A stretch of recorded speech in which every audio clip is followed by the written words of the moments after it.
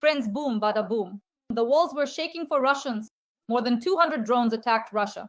A military airfield in Engels was attacked. Strategic bombers that attacked Ukraine were damaged, as well as depots with FABs, CABs, and cruise missiles. Moreover, it is reported that Kh-555 and Kh-101 missiles for the Tu-95 and Tu-160 were damaged. In Kuban, Russia, the Kavkazskaya oil pumping station has been burning for almost 2 days after a drone attack. The GUR successfully attacked Russian targets in temporarily occupied Crimea. Air defense systems, naval vessels, and a helicopter were hit. 13 Russian radar stations were hit. And in Russia, they claim that the armed forces of Ukraine attempted to break through into the Belgorod region. What is known about this? We will discuss all this with the well-known military analyst, Roman Svitan. Roman Grigorievich, welcome. Thank you. Glad to be here. I wish everyone good health. Dear audience, please like this video. Write a few kind words in support of Ukraine in the comments. Roman Grigorievich, how many bombers were damaged? Because according to the information I have, there were several bombers there and one ill, which delivered the missiles. Here it says that in the morning an IL-76 arrived at the base, likely delivering a new batch of Kh-101 missiles. And in Engels, there were 3 Tu-95MS and 2 Tu-160S. What do you think? Well, they were definitely damaged. The question is, to what extent? Why? Because there was a large-scale attack, and the attack was carried out by drones, most likely by a missile. There was a big boom. Since there was a big boom, then the fifth element that broke through the roof, if anyone remembers that movie, was most likely one of our missiles. I don't even rule out the possibility that a long-range Neptune was used in this direction.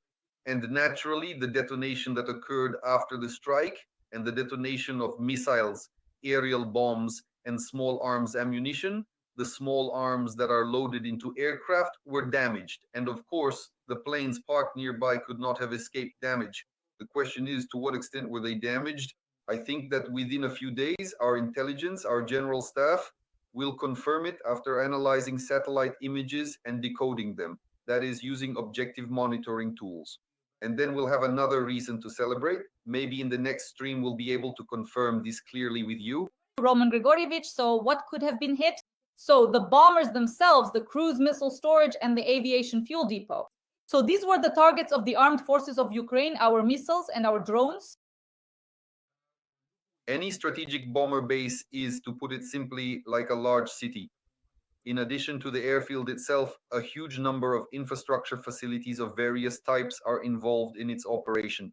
This ranges from underground fuel storage tanks holding tens of thousands of tons of aviation kerosene to various depots, including ISI warehouses. Particularly important is the special engineering service for missile preparation and, of course, the storage of aviation bombs and missiles used by these strategic bombers. By the way, not many people talk about this, but several dozen kilometers south of Engels, along the left bank of the Volga, there is another facility known as Saratov 63. This is a nuclear storage site, or more precisely, a storage facility for nuclear warheads intended for strategic and tactical aviation. In other words, there are significant stockpiles of the 12th GUMO, the 12th main directorate of the Ministry of Defense of the Russian Federation, specifically of tactical nuclear weapons stored there. So just a few dozen kilometers away, and the mushroom cloud wouldn't be like the one over Engels there. It would be a massive one reaching all the way to Kazakhstan. The Kazakhs would have seen it already. It's just a shame. There are too many friends in Kazakhstan, so of course I'd hate to disappoint them like that, but still.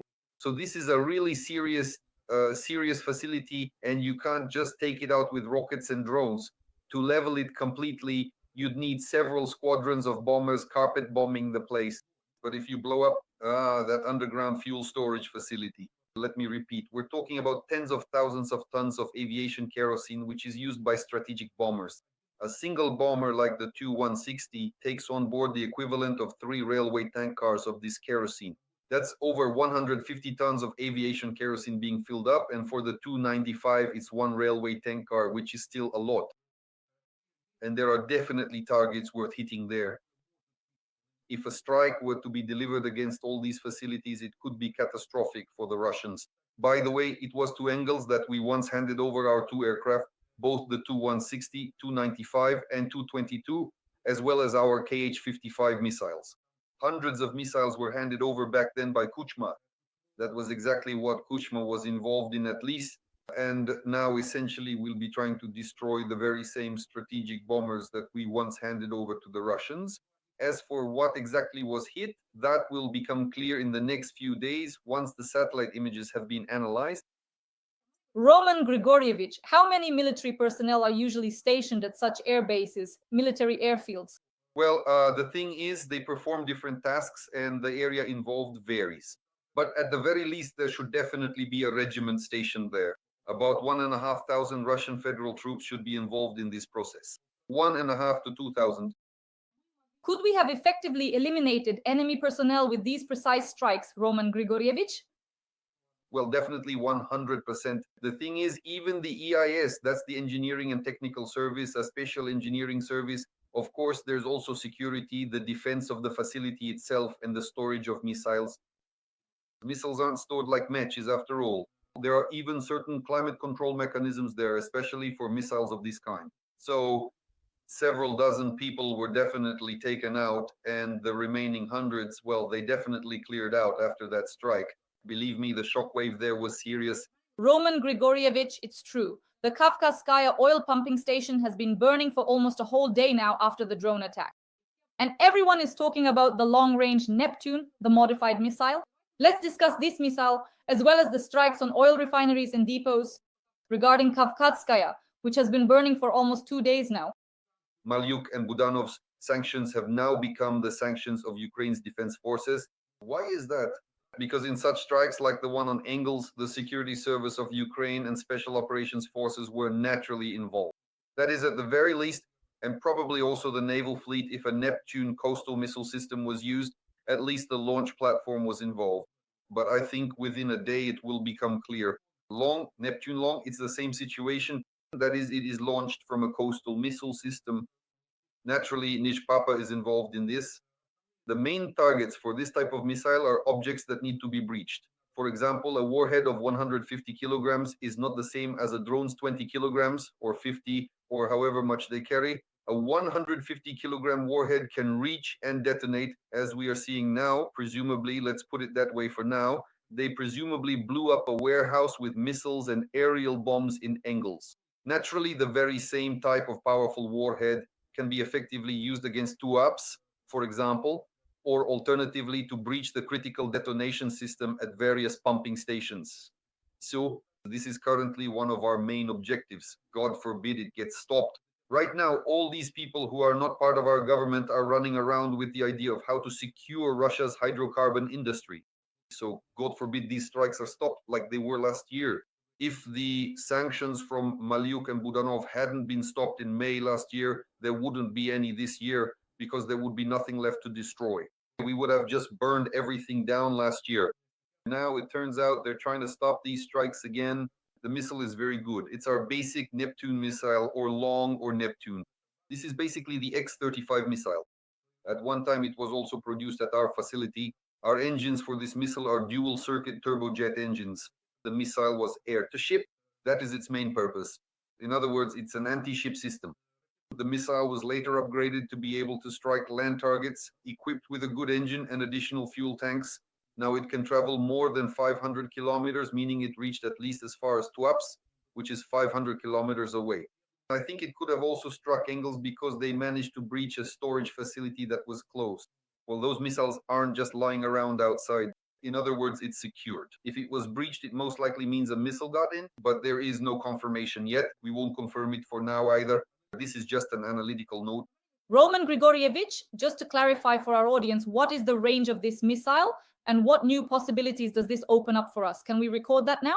Well, the missile's range, at least the confirmed one, is 500 to 600 kilometers, that's for sure. We saw this with Tuapse and perhaps now with Engels as well. There it's a little over 600 kilometers. That's the actual stated range. So what does 500 or 600 kilometers mean? Well, it's like a semicircle from Moscow through Engels to Tuapse. So if you draw that circle, that's everything we can reliably hit with this missile. And if the stated range is 1,000 kilometers, you could put the compass in St. Petersburg, for example, and draw a semicircle that almost reaches the Caucasus. So that would already cover areas closer to Kazakhstan.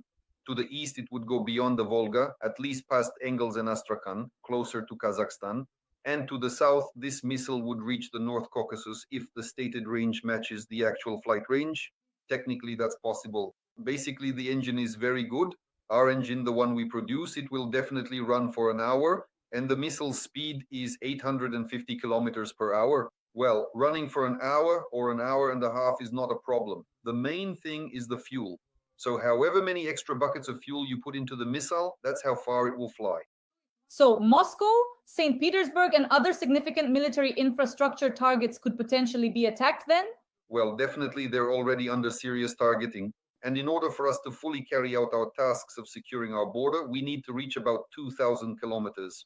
Roughly speaking, we need to be able to reach the Urals. So it's 2,000 kilometers to the Ural. But a cruise missile, there's hardly any point, for example, in making cruise missiles with that kind of range right now. Ideally, of course, either drones, which are a bit cheaper, or ballistic missiles. So for that kind of range, either solid fuel or liquid fuel, meaning ballistic missiles. I think we'll solve this issue, if not this year, then next year. Roman Grigorievich, there's more good news. The main intelligence directorate successfully attacked Russian targets in temporarily occupied Crimea, hitting air defense system positions. Ships and a helicopter were hit in the strikes. 13 Russian radar stations were hit, including one L-125 Niobiy-SV and the BRLS MICE. How do you assess the work of the main intelligence directorate? As I understand it, all of this was done over a certain period of time, and it has now been documented? Well, this definitely took several months. This is the work of the GUAR's Magurbeks. The main intelligence directorate and the security service have their own BECs, and they've practically turned these unmanned boats into aircraft carriers. Both types, the Megur from the GUR and the Saibibi from the SBU, can now essentially function as aircraft carriers carrying unmanned aerial vehicles, specifically drones. They can also carry unmanned surface and underwater vehicles, meaning they can serve as a kind of mothership and relay station at the same time. For example, a substantial boat that's several meters in length and a certain significant width can effectively take unmanned aerial vehicles on board, then carefully approach the coast of Crimea or some other strategic location, perhaps somewhere on Russian territory, specifically closer to Novorossiysk, and just a few crucial kilometers from the shore, launch these drones under direct, precise control, utilizing the boat itself as a vital relay station. Okay. The guys can carry out a combat mission just like they do directly with, for example, those same FPV drones. So a certain type of drone, a UAV, takes off and then destroys a Russian radar system, an anti-aircraft missile system, or some other military target, depending on its capabilities. Plus, especially the GUR's BECs can also carry sea-to-air missiles. For example, based on the launch platform, it's an R-73 air-to-air missile, an excellent missile. It's already half a century old. Thousands of them have been produced, and we have thousands of them. It has a heat-seeking homing head, and if you lock on, once the missile acquires the target, it will catch up and hit it. And if there are two missiles, these BECs can carry two missiles, then they can also destroy aerial targets. Here's confirmation of a helicopter being destroyed, and that's for sure, not just one either. One was completely destroyed, and the second was seriously damaged. So in this sense, the GUR guys have practically become naval aviators, I would say. In other words, the GUR has entered a field that isn't really its own and has performed quite well there. And the security service under Maliuk, that is the GUR led by Budanov and the SBU led by Maliuk, are now using practically the entire range of strike capabilities. And what's very important is that they're producing them on their own bases. These are intelligence agencies operating on their own bases at their own expense. They still have relatively small budgets. These aren't the armed forces of Ukraine. These aren't Umerov's billions or hundreds of billions in funding. So they're operating at their own expense. They've found sponsors most likely and perhaps have managed to accomplish this kind of task. Well, good for them. There's nothing more to say. Roman Grigorievich, before we talk with you about the Belgorod region and the information from Russian military correspondents, I would like you to give a brief overview of the Ukrainian missile system Hrom-2. What are its potential capabilities, and how should these capabilities be used? Please, the floor is yours. Well, to understand the process, what is Hrom-2? It's essentially the same as the Iskander in terms of range, warhead, and control system. We have the same kind of Iskander ourselves. It was just a few decades ago, in a time not so long past, that a truly excellent and highly promising project known by the name Sapsan was successfully initiated and officially launched. Based on this SAPSON, a solid fuel ballistic missile system was allocated for the Chrome project, and naturally, this project produced results. So work on this Chrome 1, Chrome 2 project is ongoing. Now we have a range of 300 kilometers. We made it and sold it to the Saudis, by the way, with Saudi money, including selling it along with the technical documentation. But most likely the intervention of our partners allowed us to at least get the technical documentation back, maybe some launchers, and I wouldn't rule out possibly even some missiles as well. So that's what Chrome 2 is. It's basically the same as the Iskander, 500 kilometers Moscow to Tuapse.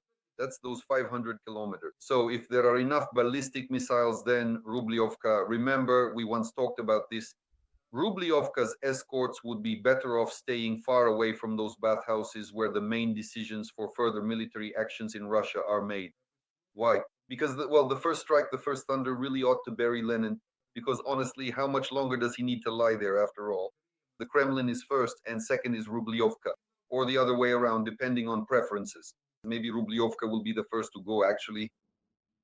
Roman Grigorievich, now of course this information has been circulating for several days already in Russian propaganda channels and among Russian war correspondents. Because in Russia, they are claiming that the armed forces of Ukraine are attempting to break through into the Belgorod region. What is known about this? Let's analyze it. Well, to understand the situation, we have about 600 kilometers of border. If you don't count the twists and turns, just the straight border between Belarus and Oskol, that's between Ukraine and Russia. On our side, that's the Chernihiv, or rather the Chernihiv, Sumy, and Kharkiv regions up to Oskol. On the Russian side, that's the Bryansk, Kursk, and Belgorod regions. So our main task is to turn this borderline into a front line, because that's the right and smart thing to do. We need to change the architecture of the front to open up the northern front. It's already open after we started moving toward the Kursk direction, what some extremely panicked idiots call the Moscow direction, under the main objective of tying down enemy forces. Several tens of thousands of Russian troops were pinned down there, and naturally, the creation of the so-called security zone or buffer zone, it can be called differently, security zones if it's a front line and a mined strip. We need to create such a security zone, a demilitarized zone about 30 kilometers deep into Russian territory. And the Russians denazify it. They immediately start bombarding it with aerial bombs and artillery and evacuate the civilian population from there. So such a buffer zone can be created by advancing not even 30 kilometers, but just 3, 5, or 7 kilometers into Russian territory and mining not our land, but Russian territory. If you lay down several 100,000 of these mines, they'll be digging them out for 100 years, if they even bother at all. And naturally, army artillery with a range of 25 kilometers will add to the creation of such a buffer zone, extending it up to 30 kilometers. In the Kursk direction, we created it, we accomplished this.